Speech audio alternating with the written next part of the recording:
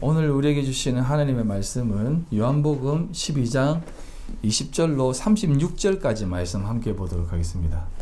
20절부터 36절까지 말씀 교독하겠습니다. 명절에 예배하러 올라온 사람 중에 헬라인 몇이 있는데 그들이 갈릴리 베세다 사람 빌립에게 가서 청하여 이르되 선생님 우리가 예수를 배워보자 하나이다.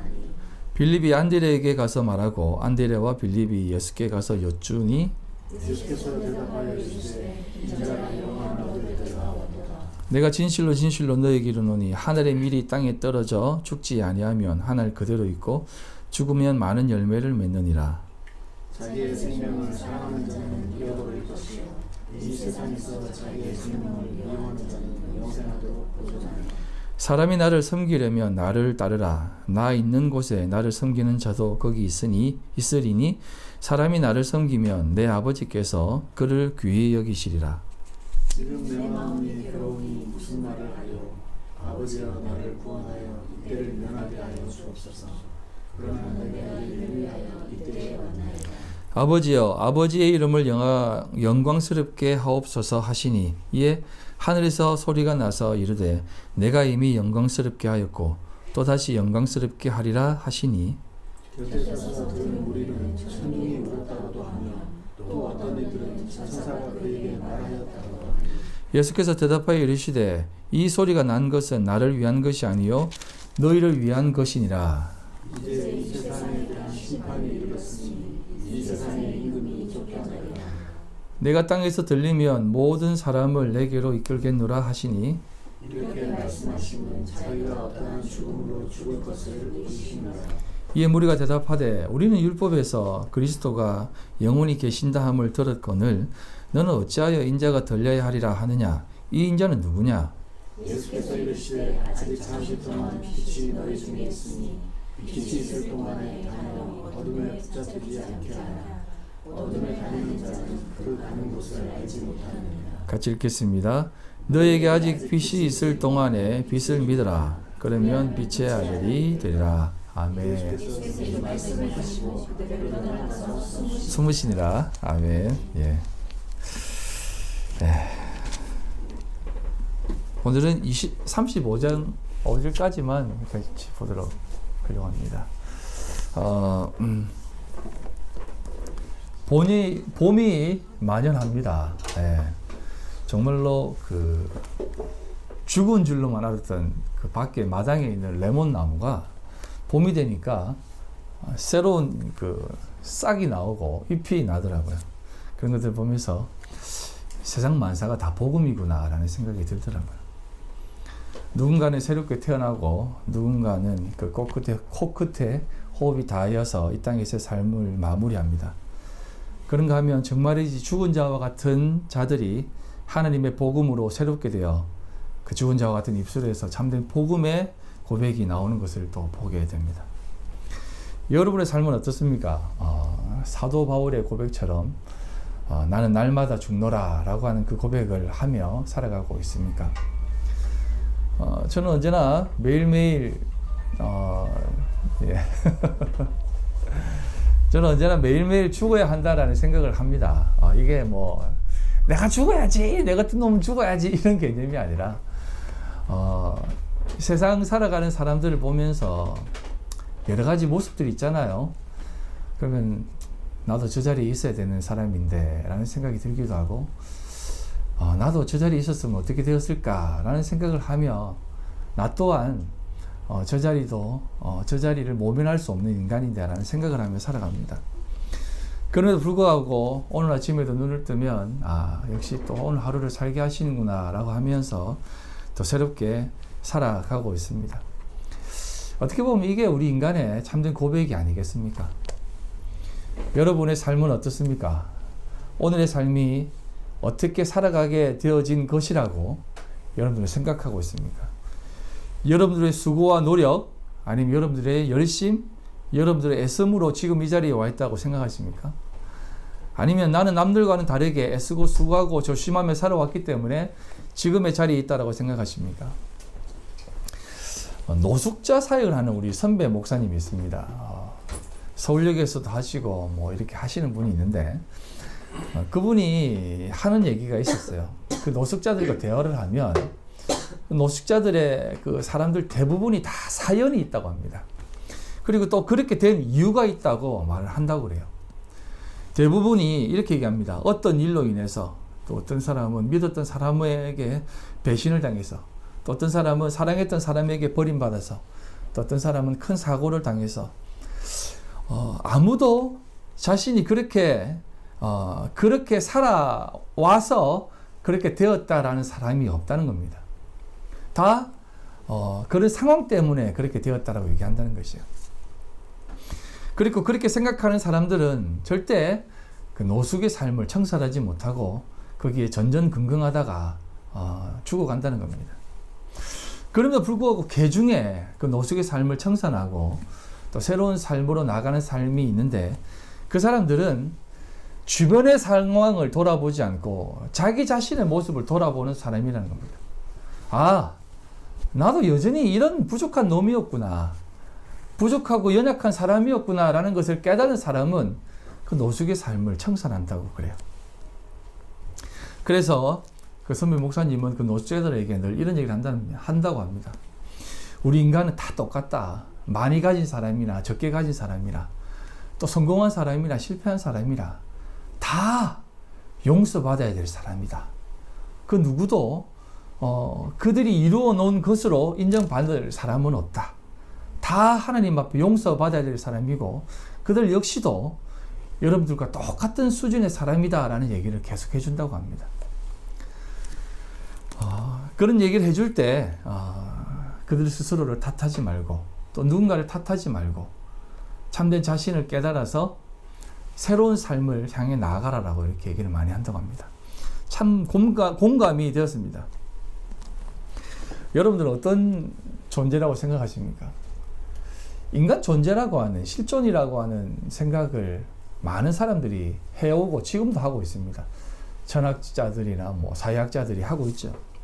그들이 하는 대부분의 사람들은 인간이란 참된 자아를 누리며 그 자아로 참된 행복을 추구할 수 있고 또 타인의 행복이 자신에게 이익이 되진 않지만 그 행복으로 인해 유익함을 느낄 수 있는 자유가 있는 존재라고 입을 모아 얘기하고 있습니다.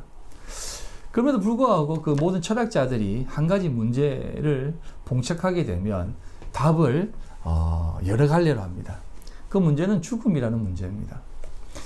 모든 사람은 죽음 앞에서 쉽게 답을 내리지 못합니다. 죽음에 대한 그것은 누구도 쉬운 대답이 아니기 때문에 그렇습니다. 노숙자들도 자신의 인생을 놓아버리고 남을 탓하다가 그렇게 노상 가운데 죽는 것이고 또 어떤 사람은 자신이 이루어 놓은 삶을 다 누리지 못하고 죽기 싫어 병상에서 죽는 것이고 그런 것들을 보면 죽음을 맞이하는 사람들은 참 다들 어떻게 보면 참 못난 모습으로 가는 모습이 대부분인 듯 싶습니다. 그래도 불구하고 조금 나은 사람들이 있죠. 그 사람들이 누굽니까? 무슨 운동을 하는 사람들입니다. 뭐 독립운동을 하는 사람이라든지 아니면 나라를 지키기 위해 빼앗긴 나라를 지키기 위해 쓰는 사람들. 그들은 죽음을 불사합니다. 자신의 나라, 자신의 후손들이 살아갈 나라를 되찾기 위해서 자신의 목숨 따위는 초기와 같이 버릴 수 있습니다. 그리고 그것으로 인해서 또 많은 사람들의 귀감이 되기도 합니다. 제가 좋아하는 드라마 중에 미스터 션샤인이라는 드라마 있는데 거기 보면 고사홍 대감이라는 분이 나옵니다. 그분이 이렇게 뒤에서 이렇게 나라를 위해 일하시는 분들을 위해 돈을 댑니다. 근데 이제 거기에 이제 자기 손녀가 하나 살아남았어요. 아무튼 뭐 이렇게 보시면 압니다. 그 손녀가 커서 이제 장성해가지고 세상과 격리를 시키려고 했음에도 불구하고 그 손녀가 보통 내기가 아닌 겁니다. 늘 세상 가운데에서 나라를 지키려고 애를 쓰고 자기가 할 수 있는 한 막 그렇게 합니다. 그래서 그 대감이 장포수라는 사람을 불러서 우리 딸이 스스로를 좀 지킬 수 있는 실력을 조금 키워주게 라고 하면서 그 사람에게 돈을 대주고 또 독립운동 자금을 대어줍니다. 그러고 나서 세월이 흘러서 그 사람이 다시 그 고사홍 대감에게 또 돈을 얻으려고 옵니다. 근데 그분이 이런 얘기를 해요. 참 공감이 되는 말입니다. 내가 이렇게 된 돈으로 내 아들이 누군가는 죽었네 하면서 자기 아들이 그 독립운동을 하다가 다 죽습니다. 근데 지금 내가 또 이렇게 돈을 대면 또다시 내 손녀가 또 그 일을 하다가 죽을까 걱정이 되네. 그러니 이번에 주는 돈은 제발 누군가를 살리는 돈이 되었으면 좋겠네 하면서 돈을 주는 겁니다. 그래도 불구하고 그 여인은 정말 자신은 불꽃이라고 하더라고요. 예, 나는 꽃이긴 꽃이지만 불꽃입니다. 이렇게 얘기하면서 자신의 삶을 독립을 위해 불태우더라고요. 그런 것을 보면 참 공감이 되고 귀감이 됩니다. 나도 저렇게 살아야지라는 생각도 듭니다. 또 이런 영화 보신 적 있습니까? 라이언 일본 구하기. 그 라이언 일가에 4명의 아들이 있는데 4명 맞습니다. 4명의 아들이 있는데 그 4명 중에 시간을 간격으로 3명이 그대로 다 죽습니다.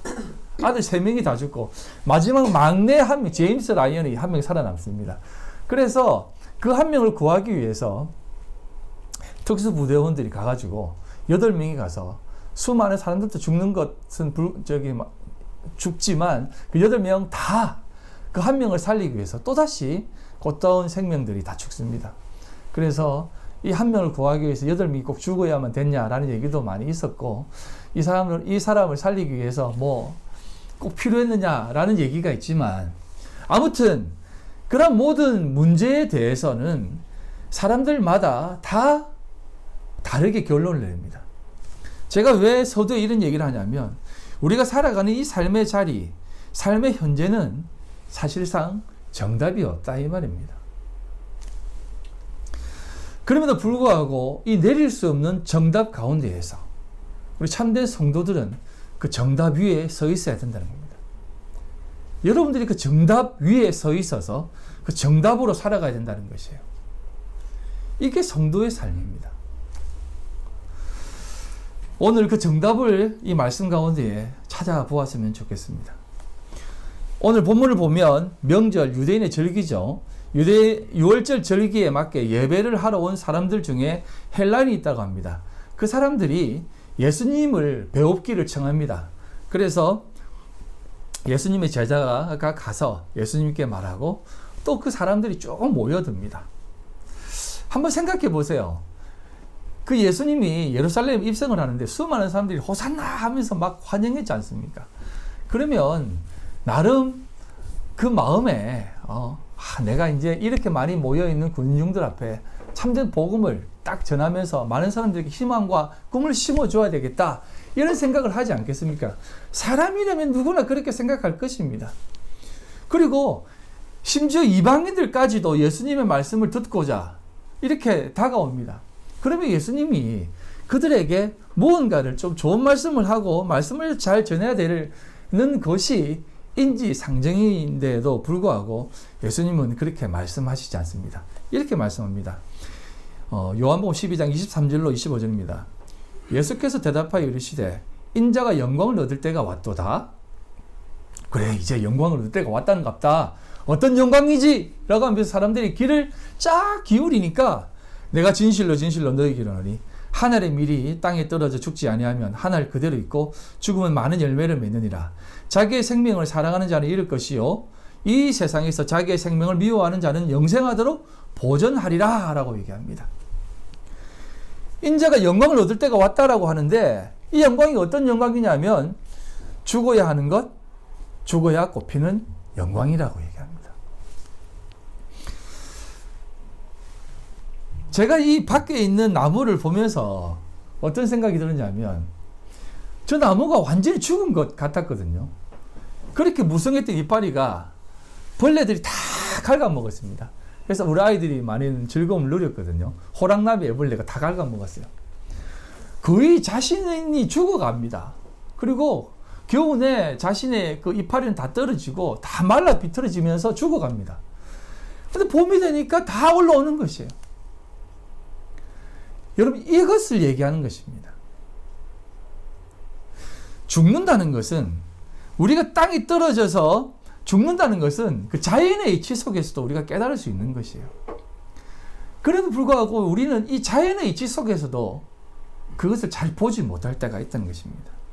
죽으면 많은 열매를 맺는다? 그리고 심지어 이렇게 얘기합니다. 더 나아가서 자기 생명을 사랑하지 말고 미워해야 한다라고 얘기합니다. 사랑하지 말고 필레오입니다. 필레오하지 말고 존경하다, 사랑한다는 뜻입니다. 이걸 하지 말고 미워해야 된다. 이게 이제 미세오라고 한다는데 이게 증오하다, 몹시 싫어하다, 그리고 미움을 받다, 박해하다라는 의미를 담고 있습니다. 예수님의 말씀을 들으러 온 헬라인은 물론이거니와 예루살렘으로 입성할 때 받았던 그 감동을, 환영의 감동을 받은 수많은 사람들이 예수님의 말씀을 듣기 위해서 모여들었는데 그들에게 말씀하시는 그 내용이 이렇게 말씀하시니까 제자들은 물론이거니와 그 사람들이 어떤 마음이 들었겠습니까? 벙 쪄있지 않겠습니까? 이거는 좀 아닌 것 같은데, 우리가 지금 들어야 될 말은 아닌 것 같은데 라는 생각하지 않겠습니까?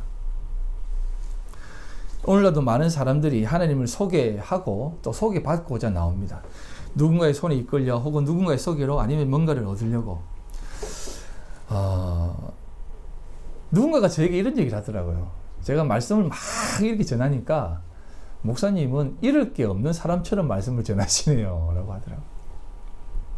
만약에 제가 여기에 진짜 수천 명이 모여있든지 아니면 오늘 말씀 잘 전하면 이 큰 교회 담임으로 떡 붙을 수 있다라고 하는 그 자리에서 내가 말씀을 전한다고 한번 생각해 보십시오. 조금 유하게 하지 않겠습니까? 예? 이 교회를 이렇게 하면 살릴 수 있다느니, 이런 아름다운 교회를 만들고 싶다느니, 하나님은 이렇게 귀하신 분이다느니, 그리고 저는 이렇게 쭉 하나님을 믿어왔다느니, 그런 얘기 하지 않겠습니까? 제가 이제 우리 선배 목사님 교회에 딱 청빙을 받아서 설교를 하는데, 우리 교회처럼 이렇게 설교를 하고 싶은데도 못 하겠더라고요. 왜냐하면 그 목사님이 약간 좀 잘 말해줘 이렇게 얘기하니까 말을 못 하겠더라고요. 그래서 굉장히 예수님 잘 믿으세요. 잘 믿으면 하나님께 축복하십니다. 이렇게 얘기하고 내려왔습니다. 못 하겠죠. 아니면 사람들이 싫어하고 또 그러니까 힘들겠죠. 하지만 여러분, 저는 이제 교회가 몇천 명이 되든 몇만 명이 되든 아니 몇백 명이 되든 아니면 이제 치고 올라갈 수 있는 그 단위 100명을 넘어서서 200명으로 치고 나갈 수 있는 간당간당한 그 수준이 되었더라도 저는 이렇게 설교할 것입니다. 여러분, 하나님 앞에서 이렇게 사십시오 라고 이렇게 설교할 것입니다. 자신의 생명을 사랑하지 마라. 자신의 생명을 미워하되, 그 미워하는 것은 나 같은 놈은 미워해야지 이런 개념이 아니라 너의 생명을 미워한다는 것은 이런 개념이에요. 제가 지난번에도 한번 말씀을 드렸듯이 내 생명을 미워한다, 자기의 생명을 미워한다는 것은 어떤 의미가 있냐면 생명을 얻는다라는 개념이에요. 이게 구원의 확신을 가지고 있는 사람들의 모습입니다. 바리새인들이나 서기관들의 모습이죠. 제가 말씀드렸지 않습니까? 구원의 확신이 가장 철저했던 사람이 바리새인들이었고 서기관들이었고 유대인들이었다고. 그들은 자신들은 반드시 구원받는다라고 생각을 했습니다. 세상 다 멸망해도 우리 유대인들만은 하나님이 살려주실 거라고 생각한다니까요. 지금도 많은 교회에서 나는 구원의 확신이 있어! 막 이렇게 하면서 구원의 확신 붙들고 살아가잖아요. 그게 자기의 생명을 사랑하는 사람들의 모습이에요. 성도들의 생명이 무엇입니까? 구원받는 거 아닙니까? 그래서 예수님이 이렇게 얘기합니다. 마태복음 10장 22절. 또 너희가 내 이름으로 말미암아 모든 사람에게 미움을 받을 것이나. 이게 미세오예요. 끝까지 견디는 자는 구원을 얻으리라. 마태복음 24장 9절. 그때 사람들이 너희를 환난 가운데에 환난에 넘겨주겠으며 너희를 죽이리니 너희가 내 이름 때문에 모든 민족에게 미움을 받으리라. 그리고 심지어 이렇게 말씀합니다. 누가복음 6장 22절. 인자로 말미암아 사람들이 너희를 미워하며 멀리하고 욕하고 너희 이름을 악하다 하여 버릴 때에는 너희에게 복이 있도다라고 합니다.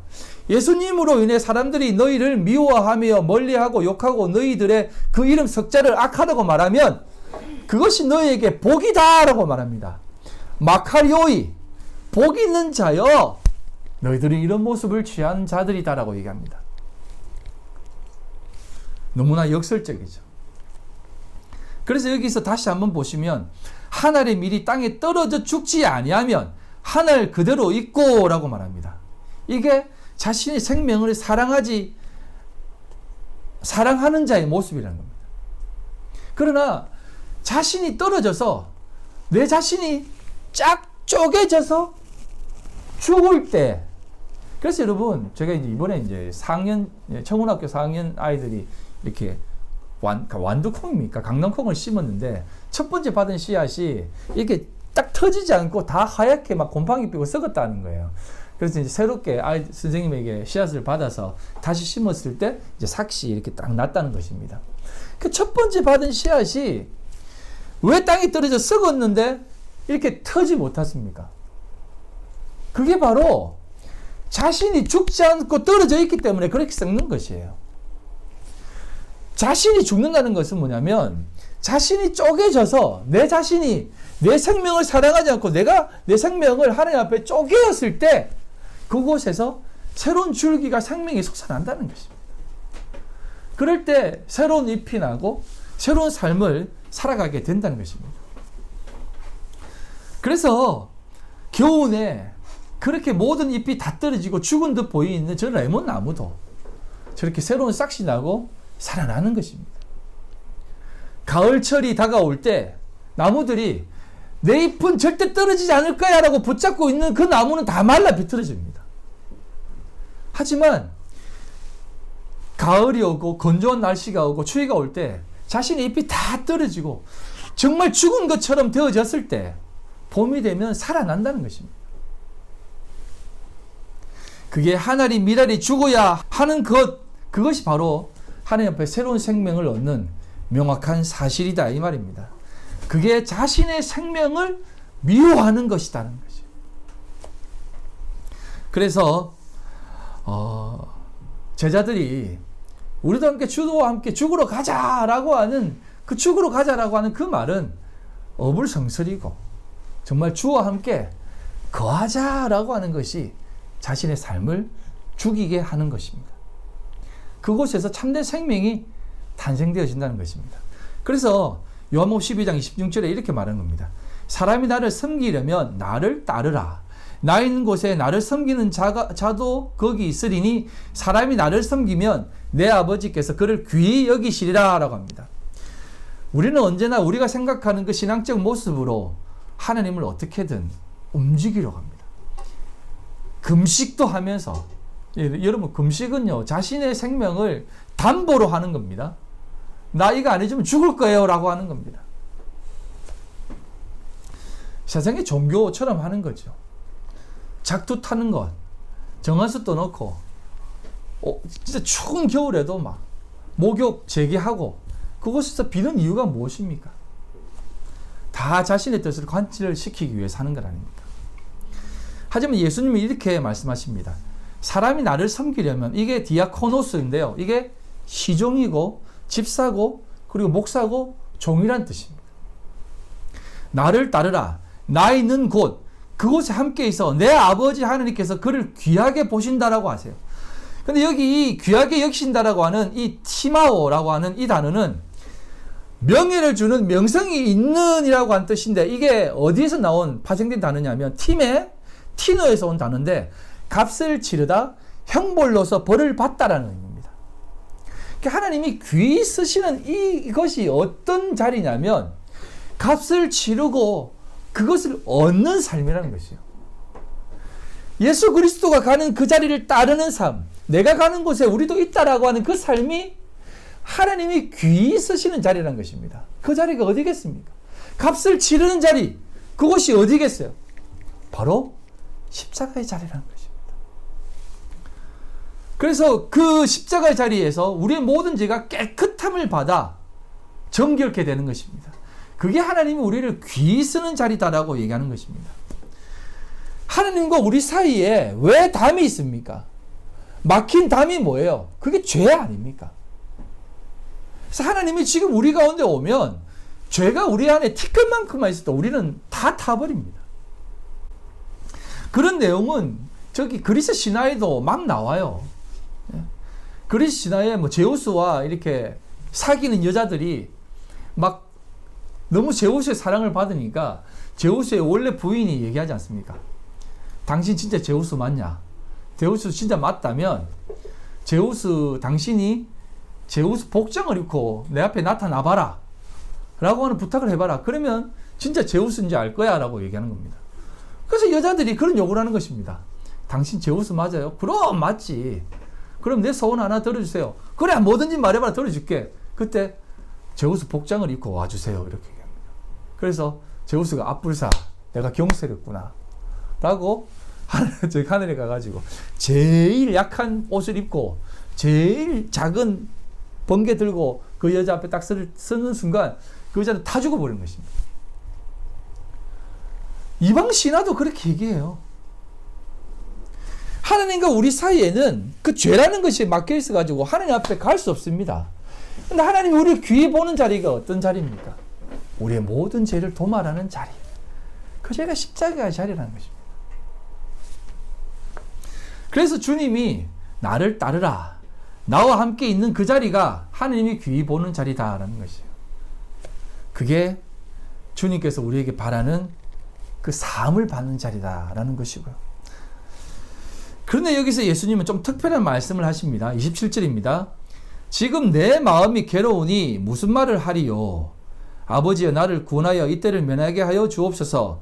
그러나 내가 이를 위하여 이때에 왔나이다 라고 합니다. 이게 한글 번역으로 보면 지금 내 마음이 괴로우니 무슨 말을 하리요? 라고 하는 뉘앙스 속에서 내가 죽을 때가 됐으니 고통스럽다. 그러니 너희들에게 할 말도 없다. 뭐 이런 뜻으로 해석되어지지 않습니까?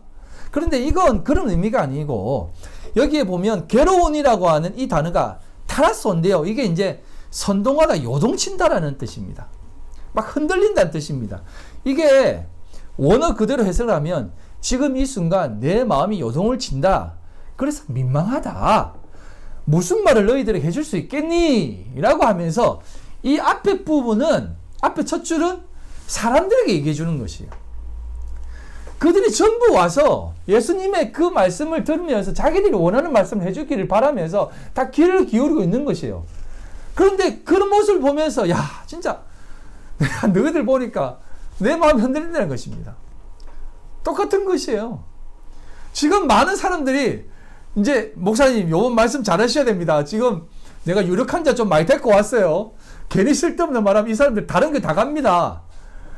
그런 마음으로 딱 앞에 서 있는 것입니다. 내가 그래 요번 한 걸음 뒤로 물러서자. 물러서서 좀 유하게 말씀을 전하자. 야, 주 목사님 얼굴은 저렇게 해맑아도 말씀은 정말 거룩하게 전하시는구나. 이렇게 생각하지 않겠습니까?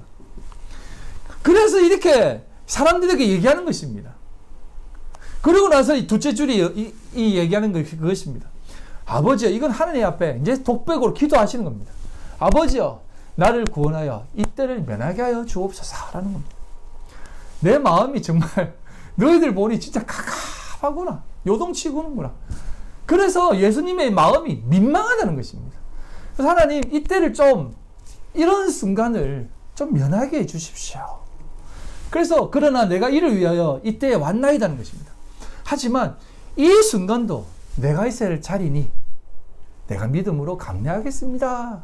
라고 하시는 것입니다.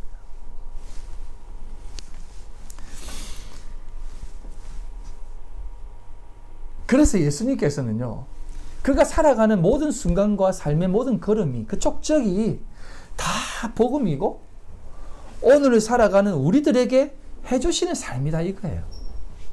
이게 없이는 그 예수님의 걸음은 다 우리들을 위한 것입니다. 아멘. 그래서 예수님의 행동 하나하나는 자신이 하고 싶어하는 삶이 아니라 우리들에게 가르치시고자 하는 삶이다 이것이에요. 그래서 예수님은 제자들 앞에서 이렇게 행동하시며 깨닫기를 소망한다는 것입니다. 그래서 예수님께서는 이런 순간 가운데에서 나도 역시 하나님 앞에 기도하니 너희들도 기도해라. 너희들도 이 흔들림의 자리에서 흔들리지 말고 기도하며 나아가라 라고 하는 것을 보여주시는 것입니다. 예수님이 하나님 앞에 이런 기도 하실 이유가 뭐 있습니까? 하나님과 예수님은 하나신데. 안 그렇습니까?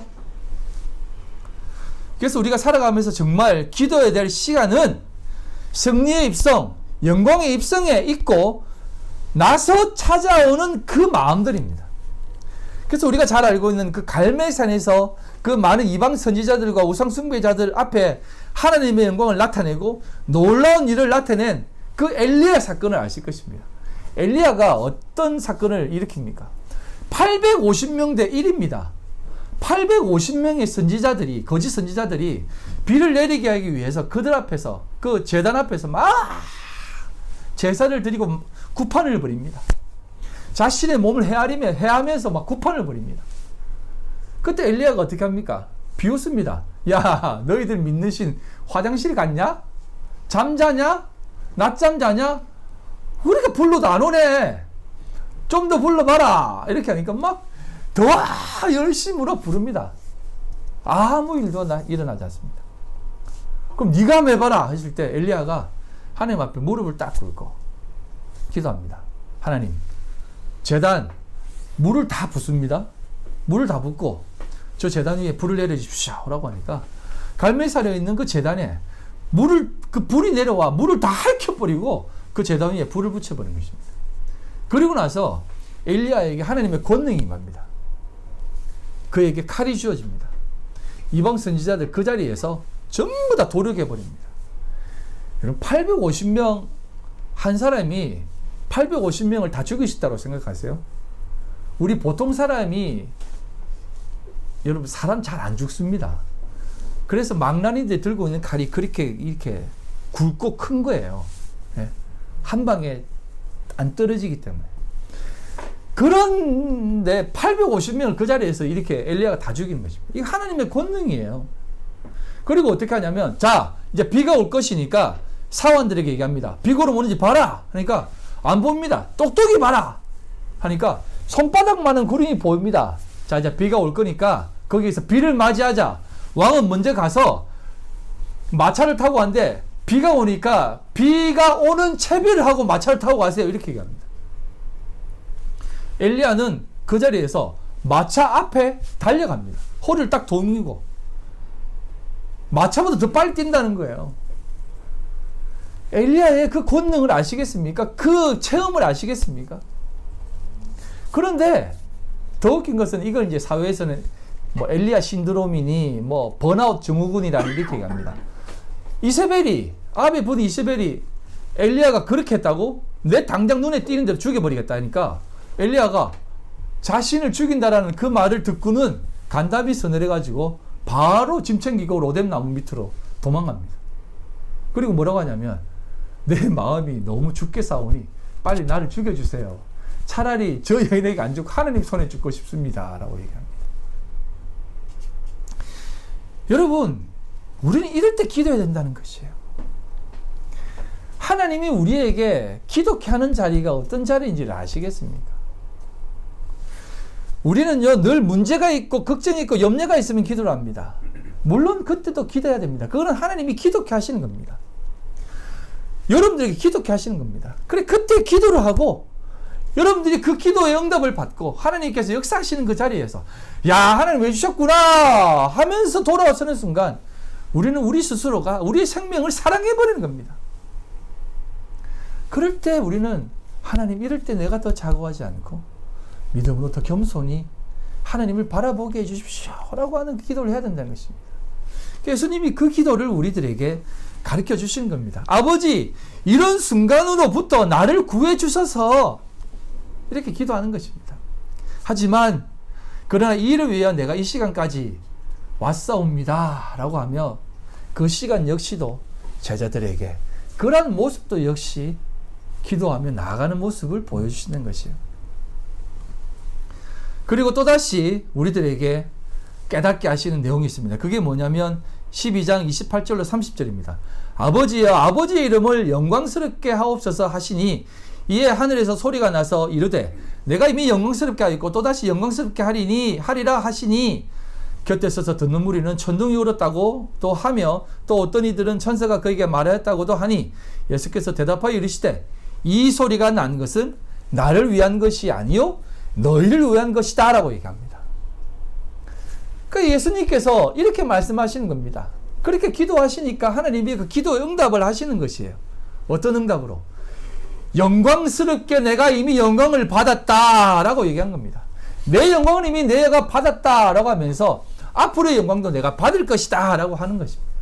그런데 하나님께서 취하시는 이 영광, 받으시는 그 영광으로 인해서 너희들이 영광을 받을 것이다라고 하는 것이에요. 여러분, 하나님께서, 예수님께서 말씀하시는 이 영광이라고 하는 단어, 영화롭게 한다라고 하는 이 단어가 독사조인데요. 이 영광이라고 하는 단어는 우리가 쉽게 말하는 우리가 이 세상 삶에서 살아가며 받는 영광을 얘기하는 것이 아닙니다. 그래서 우리가 쉽게 말해서 이제 영광을 돌린다, 하나님께 영광을 돌린다 이렇게 얘기하잖아요. 엊그저께 이제 한 집사님과 이렇게 얘기를 나누는데 요리 경연대회를 했다더라고요. 그래서 요리 경연대회가 뭐 진짜 네 것도 아니고 내 것도 아니고 막 엉망진창이었대요. 그런데 마지막 시상식 때 그 순간 때문에 막 진짜 그 요리대회가 보람이 됐던 겁니다. 끝까지 들으세요. 뭐 그냥 이렇게 했는데 마지막 1등한 학생이 뭐 KSQ 학생인지 MISQ 학생인지 막 1등이라고 하니까 막 소리 지르면서 울면서 1등이다 하면서 울면서 펑펑 우는 거예요. 그래서 1등 소감을 말하라니까 이 모든 영광을 하나님께 영광을 올려드립니다 하면서 막 수고한 사람들 말하면서 딱 그러니까 감동의 도가니가 됐다는 것이죠. 그러면서 수고한 사람들도 막 진행하는 중에는 막 이거 왜 하냐 하다가 그 아이가 소감 발표하는 순간 와 이제 보람이 된다고 하면서 서로서로 훈훈하게 끝났다라고 하더라고요. 예, 맞습니다. 훈훈하게 끝나요. 근데 여러분 한번 생각해 보십시오. 하나님이 이 세상을 창조하시고 이 세상을 다 만드셨는데 그들이 만들어내는 영광이라는 게 뭡니까? 그 사람들 세상 속에서 이것이 영광스러운 모습이다라고 하는 그 영광의 모습, 스포츠라든지 뭐 시상식이라든지 뭐 영화계에서 상 받는 거라든지 뭐 음악계에 상 받는 그 모습들을 한번 보십시오. 그거 다 누가 기준을 만들어서 세운 상입니까? 스포츠는요 이방신들을 위해 행했던 겁니다. 그런데 거기에서 골 한 번 넣고 거기서 1등 한 번 하면 막 트로피 올리면서 하나님께 영광을 돌립니다 막 이렇게 하지 않습니까? 노래들 보십시오. 막 5만 세상 노래 다 부르면서 상 받으면 이걸 하나님께 영광을 올려드립니다 막 이렇게 하지 않습니까? 그리고 사실은 지가 되고 싶어가 하는 모든 그 꿈인데 그 꿈을 이루고 사람들한테 영광 받으니까 이걸 하나님께 돌립니다 하지 않습니까? 물론 훈훈합니다. 그것도 안 하니만 그러니까 안 하는 것보다는 낫지만 근데 하나님은 그 하나님 만든 영광이 아니라니까요. 그 영광은 하나님의 영광은 어떤 영광이냐면 십자가 영광이라는 거예요. 내가 영광을 받았고 영광을 취한다는 것은 그 아들이 이 인류의 모든 죄를 대신해서 죽어가는 그 십자가의 영광. 어떻게 보면 세상 사람들은 그 패배의 자리인 그 죽음의 자리에서 얻는 그 영롱한 꽃을 피우는 그 영광. 꽃이긴 꽃이지만 불꽃이다라고 하는 그 자신을 하나님 앞에 태우는 그 영광. 그걸 받으시는 겁니다. 사람들이 야 정말 대단하다라고 하는 그 영광이 아니라 저 뭐하는 자리야? 저 메시아라며 내려와! 메시아라면서 왜 그거 올라가 있어? 라고 하는 자신의 생명을 멸시받는 그 자리의 영광. 그것을 하나님이 받으신다는 것입니다. 그래서 예수님 하나님이 내 영광 이미 내가 취했다. 그리고 그 영광 또한 내가 취할 거다라고 하시는 겁니다. 그래서 우리가 영광을 돌린다는 것은 그 하나님의 영광이 무엇인지를 아는 거예요, 여러분. 그래서 여러분 우리가 이 땅에서 만들어내 놓은 그 조금 좋은 것들, 사람들이 좋다고 여기는 것들을 가지고 나와서 영광 돌린다라고 하는 것이 영광 돌리는 것이 아니라 하나님의 영광이 무엇인지를 아는 그것이 영광인 것이에요. 하나님께 영광이 되는 삶은 그 십자가의 고귀한 삶이 무엇인지를 아는 것이 영광스러운 삶이라는 거예요. 그래서 힘써 여호와를 알라라고 하시는 겁니다. 저 또한 마찬가지고요. 그래서 시편 2편 1절에 이런 말씀까지 있지 않습니까? 어찌하여 이방 나라들이 분노하며 흥분하며 민족들이 헛된 일을 꾸미는가? 그것도 헛된 일이라는 것입니다. 근데 우리는 그것을 바라보며 야, 뭐 이방 나라 사람들이 뭘 적어보면서 흥분하고 이기면 좋아하고 우리나라 이겼네! 내가 좋아하는 제가 토트넘을 좋아하거든요. 이유는 단 한 가지입니다. 손씨 집안에 손흥민이 뛰고 있어서 토트넘을 좋아합니다. 그저께 차를 타는데 제가 가르쳤던 학생이 저에게 안녕하세요 하면서 막 나를 부르는 거예요. 그래서 왜? 이러니까 그 엄마하고 같이 있는데 선생님 진짜 손흥민이 선생님의 동생이에요? 이렇게 하는 거예요. 그래서 예? 아니 조카입니다. 조카. 그럼 조카예요? 하면서 막 눈을 뿅그랗게 보는 거예요. 그래서 집안 조카예요. 집안 조카니까 그러면서 가시더라고요. 사람들은 그걸 중요시 여겨요. 아이들도 제가 손흥민 한번 불러올까? 이렇게 얘기하면 막 너무 좋아하고 막 한번 불러와 주세요 선생님 하면서 막 이렇게 얘기를 해요. 흥분하는 겁니다. 그런 것들을 바라보면서. 그리고 민족들이 헛된 일을 막 꾸미는 겁니다. 근데 우리 성도들은 그걸 바라보면서 그게 흥분할 일이 아니고 그게 정말 안개와 같은 것이구나 라는 것을 깨닫고 거기에 있는 자들이 하나님 앞에 영광스러운 삶을 사는 자들이다 이 말이에요. 여러분 거기에 하지 말라는 이타적으로 이원론적으로 살라는 거 아닙니다. 그걸 바라보면서 아이고 참 저런 거 가지고 저렇게 목숨 걸고 흥분을 하네 싸움박질 하네 이러지 말라는 것입니다. 그래서 29절에는 이렇게 얘기하는 것입니다. 사람들이 그 소리를 듣고는 천둥 소리와 같다. 천사들이 하는 얘기와 같다. 라고 하면서 막 웅성웅성 거리는 거예요. 그런데 예수님께서는 거기에 이렇게 얘기합니다. 천둥 소리도 아니고 천사들의 소리도 아니야. 그건 나 때문이 나온 것이 아니고 너희들 때문이야 라는 것입니다. 그 사람들은 야 정말 이 사람에게 이런 얘기까지 하다니 진짜 메시아구나 라고 하는 때 아니야 그건 너희들을 위한 소리야 라는 것입니다. 하나님이 그런 삶으로 영광 받으신다는 거야 라고 하는 것을 그 사람들에게 가르쳐 주시고 있는 것입니다. 그래서 참된 영광이 무엇인지를 우리에게 보여주시는 것입니다. 그리고 31절로 33절에 이렇게 얘기합니다. 이제 이 세상에 대한 심판이 이르렀으니 이 세상의 임금이 쫓겨나리라. 내가 땅에서 들리면 모든 사람을 내게로 이끌겠노라 하시니 이렇게 말씀하시면 자기가 어떤 죽음으로 죽을 것을 보이심이로라 라고 합니다. 이제 이 세상에 대한 심판이 이르렀다. 그러니 이 세상의 임금 통치자가 쫓겨날 것인데 어떻게 내가 땅에서 들리면 그렇게 되면 모든 믿음의 사람들을 내게로 이끌겠노라 하는 겁니다. 이게 바로 하나님이 취하시는 영광이라는 것이에요. 그래서 사람들이 눈에는 이게 영광스럽지 않을 수 있다는 겁니다. 그래서 하나님이 취하시는 영광, 받으시는 영광이 이 영광이다라고 얘기하고 성도들을 또 역시 이렇게 하나님께로 나오게 된다 이 말입니다. 이게 바로 이것을 말씀하시면 주께서 어떠한 죽음으로 죽으실 것인가를 의미하는 것이다 라고 하는 말씀에 담겨진 의미다는 겁니다. 이 모든 것이 다 우리를 위해 하시는 것입니다. 그럼에도 불구하고 그 종교적 사람들 유대인들은 이렇게 묻습니다. 34절 이에 무리가 대답하되 우리는 율법에서 그리스도가 영원히 계신다함을 들었거늘 너는 어찌하여 인자가 들려야 하리라 하느냐 라고 말하느냐 하는 겁니다. 그리고 이 인자가 누구냐 라고 얘기하는 겁니다. 그들이 그 율법에서 읽은 것은 다 이런 내용입니다. 율법에 다 있어요. 모세의 후손은 영원히 선다. 하나님의 말씀은 영원히 선다.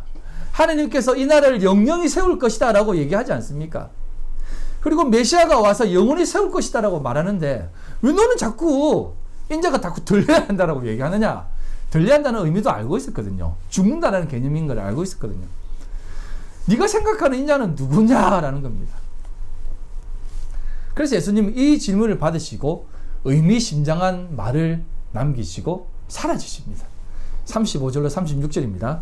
예수께서 이르시되 아직 잠시 동안 빛이 너희 중에 있으니 빛이 있을 동안에 다녀 어둠에 붙잡히지 않게 하라.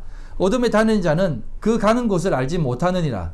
너희에게 아직 빛이 있을 동안에 빛이 있으라. 그리하면 빛의 아들이 되리라. 예수께서 이 말씀을 하시고 그들을 떠나가서 숨으시느니라. 예수님은 빛이 너희 중에 있는데 잠시 동안 있다고 말씀을 합니다. 그리고는 이 어둠에 붙잡히지 않게 하라고 말씀합니다. 왜냐하면 그 가는 곳을 알지 못하기 때문이다라고 말씀을 하세요. 여러분, 빛이 뭐고 어둠이 뭐라고 생각하십니까? 빛은 좋은 것이고 어둠은 안 좋은 것인가요? 왜 사람들은 빛이 있어야 볼 수 있는 존재로 만들었을까요?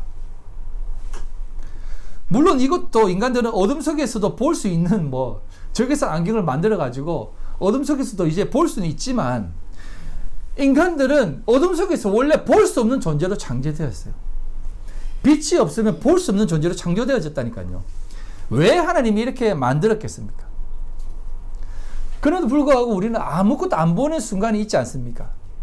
그게 바로 어둠이라는 겁니다. 어둠은 모든 것을 못 보게 하는 힘이 있어요. 그게 무슨 다크 나이트라든지 어둠의 존재, 어둠의 힘, 이런 것을 얘기하는 것이 아닙니다. 모든 것을 볼 수 없는 그 순간이 어둠인데 왜 볼 수 없습니까? 빛이 없기 때문에 보지 못한다는 겁니다. 그래서 여러분, 어둠이라는 것은 어떤 존재가 아니에요. 그래서 빛과 어둠을 볼 때 나는 빛이고 빛을 좋아하고 어둠은 싫어, 어두움에 안 갈 거야, 어두운 것은 더러운 거야 라고 생각하지 말라는 것입니다. 하나님이 이 세상을 다 만드시고 선하신 하나님이 선으로 만들었습니다. 이 세상에 있는 것은 다 선이에요. 제가 가르치는 학생 중에 4학년 학생이 있는데 참 맹랑한 학생이거든요. 그 아이가 하나님을 잘 믿는다고 그래요. 나 하나님 믿어요 하면서 그래서 너 왜 하나님 믿어? 하니까 마귀는 안 좋은 거잖아요, 이렇게 말하는 겁니다. 악마하고 싸워서 이기는 사람이 하나님 아닙니까? 악마는 어둠이잖아요. 그러니까 악마하고 싸워 이겨야 되죠. 그래서 나는 하나님 믿는 거예요. 악마는 싫어요. 그래서 악마가 싫어서 하나님을 믿는다는 거예요. 그래서 내가 이렇게 쓱 질문을 던졌습니다. 악마는 어떻게 되었지? 악마가 어떻게 됐지? 이렇게 물으니까 악마는 누가 만들었을까? 그러니까 글쎄요, 이렇게 하더라고요. 여러분, 어둠이라는 것은 존재가 아닙니다. 빛이 없을 때 어둠으로 존재하는 것입니다. 그렇다면 어둠이라는 것은 나에게 빛이 필요한 존재구나라는 것을 깨닫게 한다면 그 어둠은 선이라는 것이에요. 그래서 여러분, 제가 지금 예수님께서 이렇게 말하는 이유가 뭐냐면, 빛이라는 것은 어둠을 밝히는 것이고 어두운 곳에 있으면 너희들이 어디로 가는지 모른다는 겁니다. 어두운 곳에 살아도 잘 가는 것처럼 생각하는 사람이 있어요. 내가 열심히 잘 살고 있고 착하게 살고 있다고 생각합니다. 그런데 사실은 그게 어디로 가는지 모르는 삶을 살고 있는 사람이라는 거예요. 소원이 이렇게 짧죠. 그런데 거기에 빛이 딱 비추는 순간 내가 잘못 가고 있었네? 내가 이상한 데로 가고 있었네? 라고 하는 것을 확인할 수 있다는 것입니다. 그래서 늘 빛 가운데로 걸어가라는 것입니다. 그래서 여러분, 어둠은 존재가 아닙니다. 어둠은 상태인 거예요. 우리 속에도 늘 어둠이 존재합니다. 하나님이 없으면 우리는 어둠이죠. 그래서 여러분, 우리는요, 어둠이에요. 근데 그 어둠 속에 빛이 확 들어와서 비추는 겁니다. 여러분, 우리가 왜 성전이에요? 여러분, 우리가 성전이라고 하면서 거룩한 성전이니 하나님의 성전을 더럽히면 안 돼. 그래서 이 성전을 더럽히면 안 된다고 해서 얄팍한 이론을 내놓지 않습니까? 하나님의 성전을 더럽히면 안 되니까 술 먹지 마라, 담배 피지 마라. 그거 피면 먹고 피면 성전을 더럽히는 것이라고 하지 않습니까? 그렇게 생각하는 사람이라면 짠 음식도 먹으면 안 돼요. 인스턴트 정크 음식도 먹으면 안 되고 햄버거 같은 거는 먹으면 안 돼요. 그래서 성전을 더럽히는 것입니까? 아니에요. 우리가 성전이라고 하는 성전됨은 그런 거 성전되는 것이 아니라 내 안에 빛이 들어와 하나님이 계시기 때문에 성전인 거예요. 하나님이 안 계시면 우리는 성전 아니에요. 그래서 우리는 빛이 있는 그 순간에 우리는 어둠이 아니라 빛이라는 것입니다. 그래서 빛 가운데에 거하라는 것입니다. 그래서 사람들에게 그 얘기를 한 것입니다. 지금 나와 함께 있을 때 너희들은 올바른 길을 가고 있는 거야. 고민되고 왔다 갔다 하지. 지금 나와 함께 있을 때 빛 가운데 가는 거야. 그러니 잘 중심을 잡아라 하면서, 물론 이 부분도 구원론에 가서는 또 다른 부분이 있겠지만, 이 부분을 표면적으로 얘기하면, 그러니 올바로 빛 가운데 있어라, 나와 함께 거해라 라고 하는 것을 예수님이 말씀하는 것이에요. 그래서 우리는 주님을 늘 내 마음속에 모시고, 너희들이 생각하는 그 인자 자꾸 들려한다는데 그게 어떻게 들리면 우리가 영원히 못하잖아요 라고 하는 그 수준을 생각하는 너희들, 그게 아니라 내가 빛으로 왔잖아. 그 빛으로 너희들 안에 거하는데 그게 영원히 거하는 거지. 지금 너희들과 함께 이 육신의 삶을 살아가는 게 영원히 거하는 것이다 라고 생각해. 아니야. 빛으로 너희들 가운데 있어야만 너희들의 삶이 빛이고 빛의 삶을 살아가는 것이야 라고 하는 것을 가르쳐 주신 것입니다. 그리고 그럼에도 불구하고 예수님은 그 말씀을 하시고 그들을 떠나가서 숨으시느니라 라고 하시며 슬쩍 숨으십니다. 진짜 잠깐 빛 가운데 있을 거니까 빛을 쫓아 살아 라고 하면서 그분은 숨으십니다. 그들은 다시 어두움이 됩니다.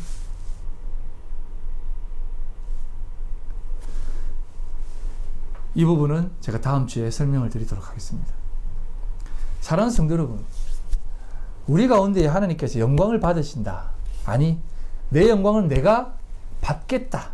그리고 너희들도 그 영광이 무엇인지를 깨달아라 라고 하시는 그 말씀, 그게 무엇입니까? 그게 하늘의 미랄이 떨어져 죽어 쪼개져 새로운 싹을 틔우는 그 삶이라는 것입니다. 세상 사람들이 보기에는, 세상이 보기에는 그것이 죽은 삶인 듯 보이지만 그 삶은 절대 죽은 것이 아니라 가장 영광스러운 자리고 하나님이 인정하는 삶이고 귀 쓰는 자리이고 사는 자리이고 가장 복된 자리임을 알아라. 그러니 너희들이 지금 스스로 취하고자 하는 그 여러분들의 생명, 그것을 사람들이 미워하게 될 거야. 그 자리에 있어라. 하지만 그 자리에 있는 자가 복되다라는 것을 얘기해 주는 겁니다. 사람들이 여러분들에게 죽으라고 하지 않습니다. 사람들이 여러분들에게 왜 그렇게 어리석게 살아라고 말합니다. 그래 살지 말고 더 훌륭하게 살고 멋지게 살고 사람들에게 더 드러내며 살아 라고 합니다. 하지만 주님은 아니야, 그것은 자기 생명을 사랑하는 자의 모습이야 하고 말씀하시며 하늘의 미랄에 대한 생명을 우리들에게 가르쳐 주시고 있는 겁니다. 다음 주 이 부분에 대해서 더욱더 세부적으로 말씀을 드리겠고, 꼭 기억하시고 여러분의 삶 지금 잘 가고 있습니다. 걱정하지 마십시오. 흔들리지 마시고 믿음으로 믿음에 이르게 하는 그 걸음 꾸준히 걸어가십시오. 그 삶 속에 하나님은 여러분을 통해서 하나님의 영광이 확 드러나게 해주실 줄 믿습니다. 기도하겠습니다. 아버지 하나님 감사합니다. 오롯이 하나님 영광 바라보며 살게 해주십시오. 주님, 우리 또한 마찬가지이며 믿음의 가정, 우리 믿음의 자녀, 믿음의 몸된 교회, 우리가 속해 있는 믿음의 직장 다 마찬가지입니다.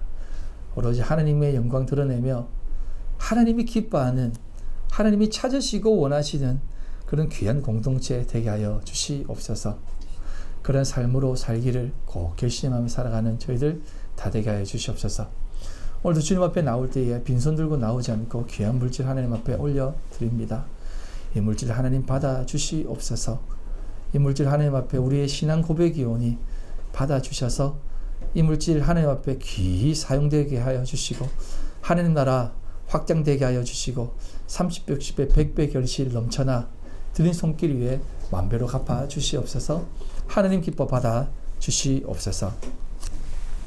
지금은 우리 주 예수 그리스도의 극신혜와 아버지 하나님의 극진하신 사랑하심과 성령님의 교통인도의 역사 충만하심이 오늘도 하나님 앞에 믿음의 고백 드리며 하나님께 참된 영광 올려드리며 살기로 결심하는 우리 모든 성도들 머리와 그들의 가정과 직장과 사업과 삶의 모든 터전 위에 지금으로부터 영원토록 함께 있을지어다. 아멘.